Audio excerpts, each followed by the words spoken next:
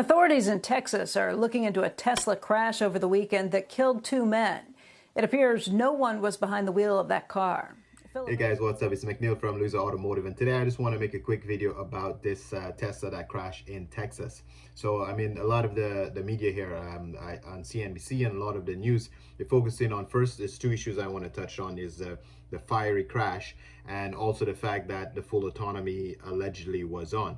So, Tesla stock down over 5% today on that bad news. But is it really Tesla's fault? I just kind of want to go over a couple of points here.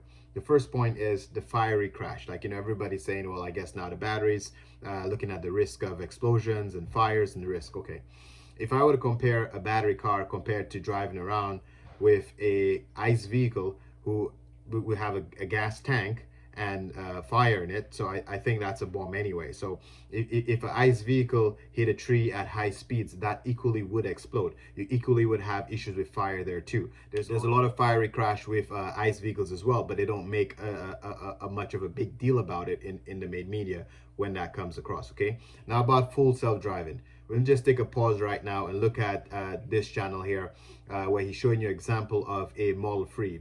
That's the only comparison here. I'm saying at least it's a Model 3, and we know that most of the Model 3s and Ys, well, all of them have that little in-dash camera that could actually see a driver, and it's alleged that when this full self-driving capability is turned on, it could actually see the driver and see if the driver is being paying attention. So it's kind of important to make reference that the car that had the accident in Texas was a Model S, and those models currently do not have the little camera on the inside looking at the driver.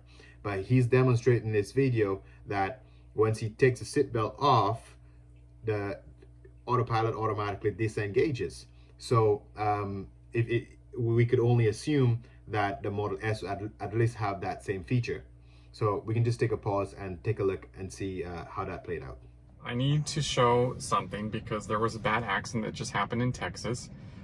2 people just died, and the news is reporting that it was a full self-drive Tesla, which I don't believe is the case, because I need to show everyone this, because the car is not designed to drive without your seatbelt on, especially with FSD software. So I need to show this so everyone can see. Go ahead and pan forward. Okay, so I have my passenger recording me. I'm going to turn on FSD mode. Now, I don't have a nav point set. I'm going to unbuckle. This is what happens immediately.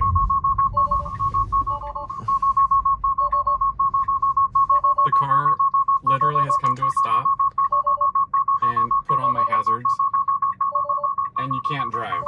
So I just wanted to show everyone that this happens. I wanted to show everyone what happens when you actually unbuckle with FSD software. So anyway. So all I'm trying to say is these guys, one in the back seat, allegedly the owner of the car, and somebody in the front seat, these guys would have to go out of their way to try to trick the system if the car was actually on autopilot in order for, for it to run off the road. And so I'm still skeptical. I'm not sure that autopilot is actually engaged. We probably kind of have to wait until the investigation is over and Tesla can come up with basically the black box of the car and tell us exactly what happened. But those guys went out of their way to try to trick the system. And, sometimes that's what you get. I'm not saying it's a good thing or bad thing to happen to them. It's very sad.